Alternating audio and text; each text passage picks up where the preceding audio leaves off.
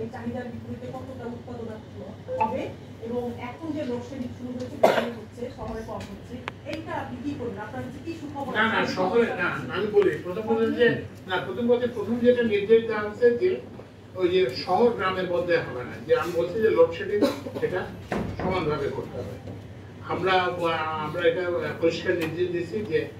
এটা সমানভাবে করতে হবে এটা হলো এক নম্বর আর একটা যেটা দ্বিতীয় যে প্রশ্নটা সেটা হচ্ছে যে আমরা কি বলে 16,500 পর্যন্ত মানে আমরা 16,500 পর্যন্ত আমরা এখন পর্যন্ত উৎপাদন জেনারেশন করছি তো এখন এরপরে যদি ডিমান্ড তো আরো বাড়বে আমরা তো বলছি যে ডিপেন্ডিং অন যে ওই যে টেম্পারেচার এর উপরে এটা 18,000 এর আগে একটা শিডিউল বেসিক ছিল লোডশেডিংটা শিডিউল বেসিক করা হয়েছিল তো 18,000 পর্যন্ত যেতে পারে তো এখন পর্যন্ত আমরা যেটা এই যে চেষ্টা করছি এখন পর্যন্ত যেটা চেষ্টা করতেছি যে কারণ আমাদের তো আপনারা জানেন যে বিপিডিবির তো আর্থিকভাবে লোকসানের কিছু না তো এই জন্য আমরা এখনো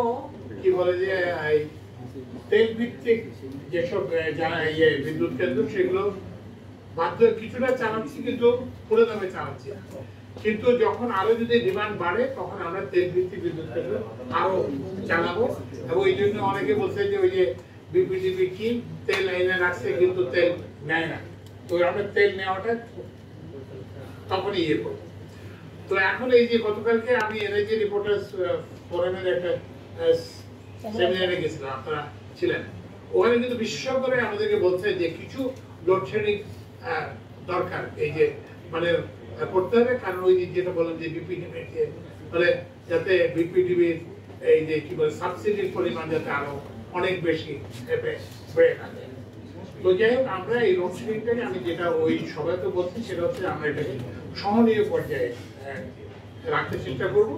আর একটা হচ্ছে যে এটা আমরা সমানভাবে বন্টন করার চেষ্টা করবো শহর এরিয়ার মধ্যে এবং এটা আমি আজকে থেকে পার্সোনালি মনিটর করবো যে লোডশেডিং আরইবির এলাকাতে কতটা হলো তারপরে হচ্ছে যে ডেস্কো ডিপিডিসি এবং আরবান এলাকাতে কতটা হলো এটা আমি স্পেসিফিক্যালি জানি তো তোমরা আমাকে একটা ব্রেকআপ দিবে যে